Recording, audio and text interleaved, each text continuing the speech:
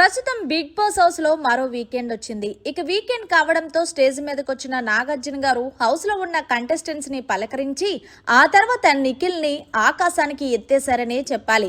నిజంగా ఈ రోజు ఎపిసోడ్ నిఖిల్ కి మంచి అని చెప్పుకోవచ్చు.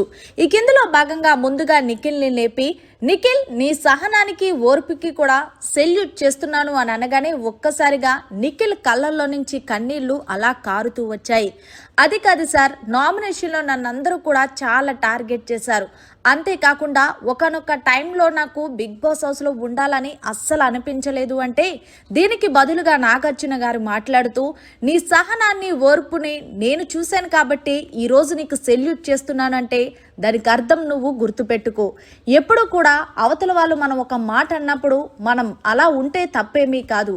అప్పుడే కదా నువ్వేంటి అనేది జనాలకి తెలుస్తుంది.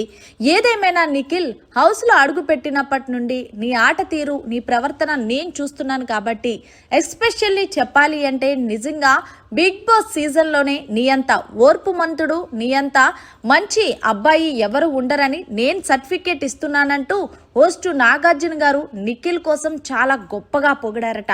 ఎందుకు నాగార్జున గారు ఇంత గొప్పగా పొగిడారు అంటే ఈ వారం నామినేషన్స్ లో హౌస్ లో ఉన్న అందరూ కూడా నిఖిల్ ని టార్గెట్ చేసిందే కాకుండా నిఖిల్ మీద అమ్మాయిలనే మనోభావాలతో ఆడుకుంటున్నావని కొన్ని స్టేట్మెంట్స్ కి గత వారం రోజులు నిఖిల్ బాధపడుతున్నాడు కాబట్టి ఆ బాధను తొలగించడానికే నాగార్జున గారు ఇలా మాట్లాడారట.